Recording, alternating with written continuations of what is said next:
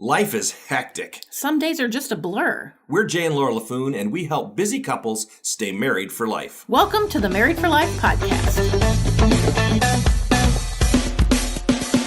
Well, hello. As you are listening to this podcast, currently Jay and I are sitting on the white sandy beaches of South Florida, practicing what we preach, getting away and getting ahead. And no, we are not doing this with a microphone on a beach. That's why you can't hear the ocean. This is pre-recorded so that we can enjoy our vacation and not work, which is what we would encourage you to do, is to get away and get ahead. Again, you're going to hear us beat that drum a lot, but we are really trying to practice what we preach, and we try and do this a couple times a year where we get away just by ourselves.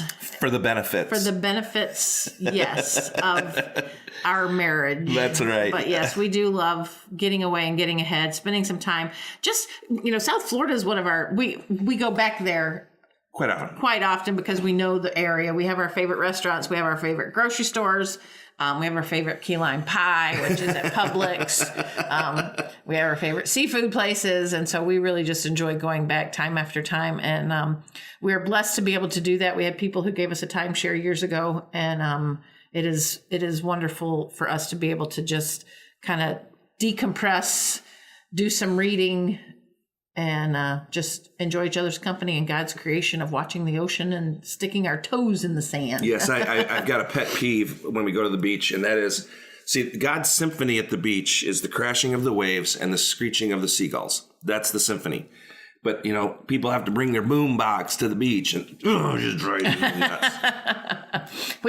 We watch from our window upstairs to see where do we want to go and sit and see, do those people have boom boxes? Are they being loud? And we try and go as far away from them as we possibly can, so that we can enjoy some peace and quiet. I guess we are getting old. Yes.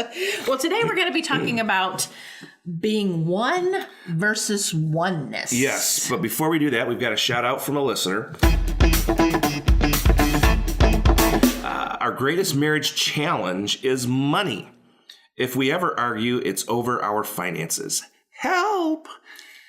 Well, I would say to this young lady, if you're listening, go back a couple weeks, because we did just talk about finances. But again, marriage, whether you have money or you don't have money, money's going to be an issue in your marriage. And so really finding that help, and we recommend, again, and we can put this in the show notes, Dave Ramsey's Financial Peace University.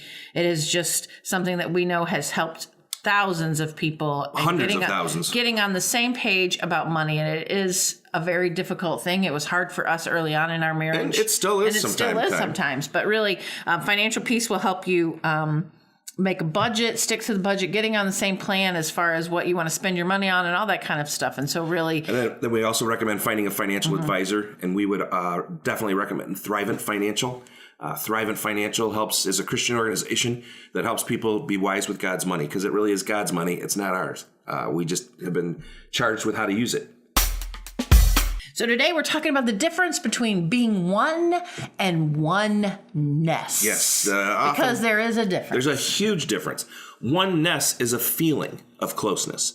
Now, you don't have to be married very long to know that sometimes feelings are not the best thing to base your marriage on. What is it, 18 months? After 18 months, those ooey gooey liver quiver feelings, what's that called, dopamine? Dopamine. It kind of starts waning. It starts to wane. After 18 months. And there's a reason it's called dopamine.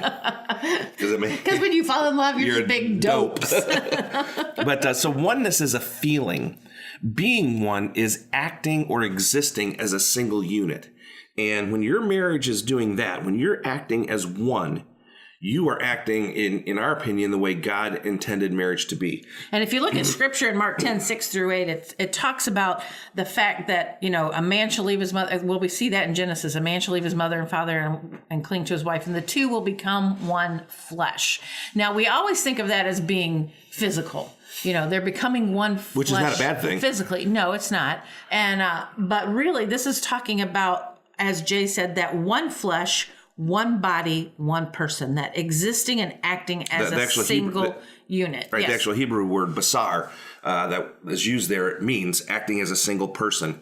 You've come together as two. And what this is, folks, if you think about it, this is really a great reflection of the Holy Trinity. The Trinity are three in what? One. They don't feel close. They are one. And that's what Christ is calling us to be when it comes to marriage, is to be one, to act as one. And that really is huge. So many people talk about oneness. And if you look at it, all you got to do is look it up in the dictionary. Oneness is a feeling. It's not an active word. And so imitating the Father, the Son, and the Holy Spirit when we act as one. And not acting separate. And it's difficult in marriage, and we know, and sometimes it's not always practical or efficient to act as one. I can remember my mother always said this when we would get in trouble: "You just wait till your father gets home." And I swore I would never say that to my kids, but I did, because Jay and I wanted to be on the same page when it came to disciplining our kids. It wasn't about wait till your father gets home because I'm going to let him mediate the discipline, but it was more about and we said this to our kids, when your dad gets home, he and I will discuss this problem, this issue, whatever it is that you've done, and we will together dole out the punishment. And so, while that doesn't sound very efficient, because now the kid has to wait, I think it's great because they have to suffer till dad gets home. But another way that getting on the same page, being together, acting as that single entity, that unit, that team. Right. And again, I'm not trying to beat a dead horse, but one of the toughest, the three big areas where you have to get on the same page is money, sex, and family. How you're going to raise your kids, how you're going to discipline your kids, what's fair and healthy as far as a sex life, and then money. And for us, if I were in charge of the money in the LaFoon household, we would not have anything. We'd be sitting on one chair each, and we'd have tons of money in the bank.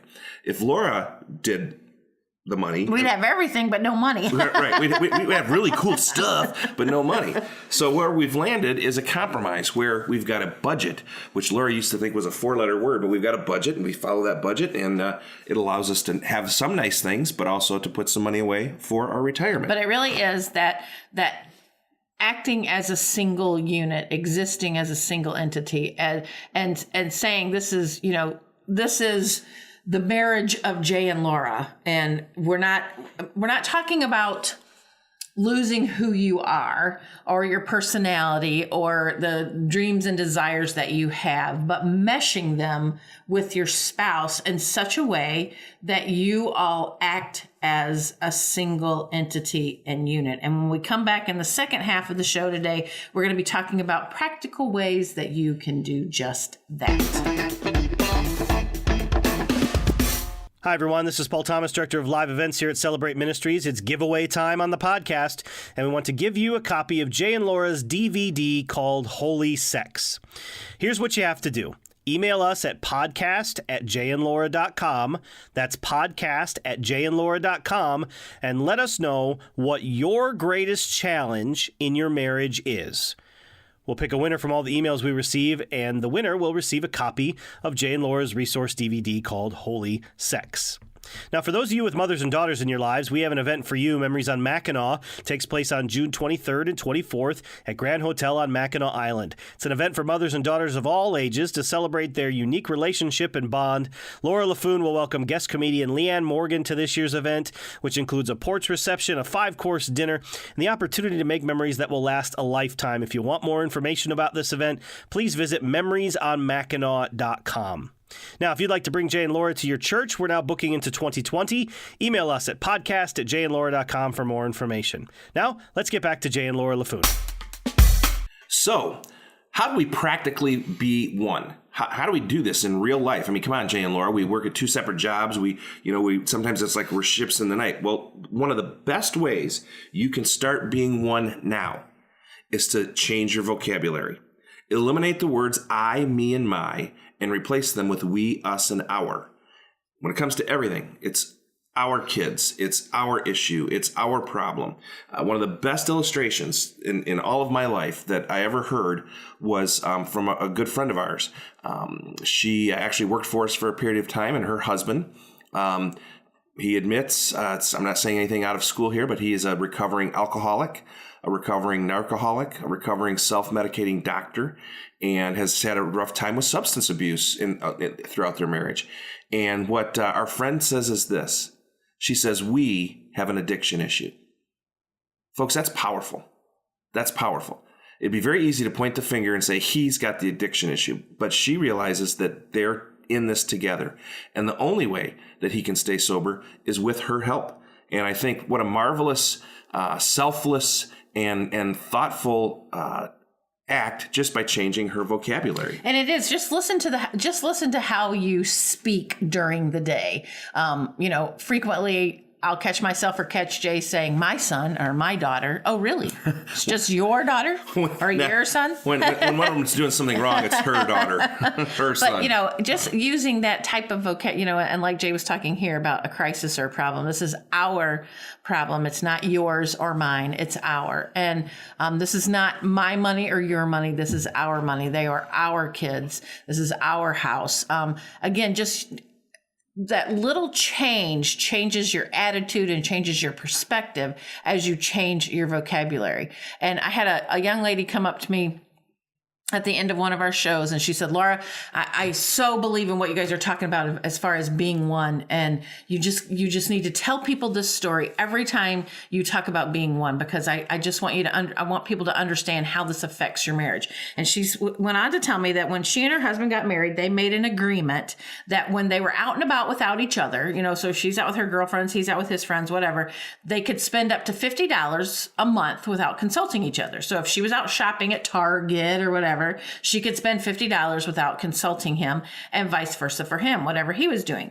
And so she said one day she was out shopping for some running shoes, and she was in this running shoe store, and she said, I was trying to find the perfect pair of running shoes, and after a couple hours I found them, but they were way more than our budget called for and way more than the $50, that we had agreed to. So she said, I simply said to the sales clerk, can you put these on hold? I will be back tomorrow. I need to go talk to my husband about these tonight. Well, the sales clerk just didn't understand it all. She kind of began to make fun of her. Oh, you have to ask permission to buy a pair of running shoes. What'd you come in here for in the first place? Type of thing. And she said she just ignored her. She went home. She and her husband discussed it that night, and they decided that it was in the budget for her to get these running shoes. So she went back the next day. And when she walked in the store, the same sales clerk that had helped her yesterday came running out of the back of the store. And she said, I'm so glad you're back. She said, when you left last night, my manager gave me this whole list of shoes that needed to go on sale. Yours are 75% off, so you don't need to ask your husband's permission anymore to buy the shoes.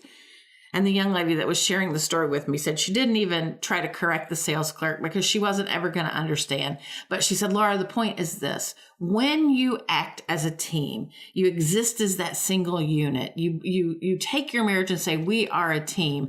And you take the time, whether it's efficient or not, to act as a team. The Lord is going to bless your marriage and you. And she said, I got those shoes 75% off. And she said, I truly believe it was because I adhered to what my husband and I said we were going to do. And that was consult each other and act as that team. So folks, we really want to encourage you. Well, one last way to do this is besides saying, we, us, and our instead of I, me, and my. And this lady just gave a perfect example. If you do not have your finances combined as a couple, I would say that's a really great first step to making it happen, because then you are forced to make financial decisions together. You are forced to weigh the budget together instead of saying, oh, well, he takes care of this and that, and I take care of this and that, and then we've got our own money. That's not being one. So that's probably one of the most practical ways you could get right into doing things together as one. And yes, it's going to take time. It's going to take conversations, sometimes painful conversations. But you know what? You will be acting as Jesus said, they are no longer two, but one. Hey, if you would rate us, if you like this podcast, if you're listening to this podcast, obviously you are. If you're listening to this podcast, you're listening to this podcast. Could I be any more confusing? Would you rate us and rank us and share us with your friends on social media? Just click that little share button and click the rate button too as well. And so we would just greatly appreciate it. It helps us to get in front of lots of people because Jay and I are all about helping busy couples stay happily married for life.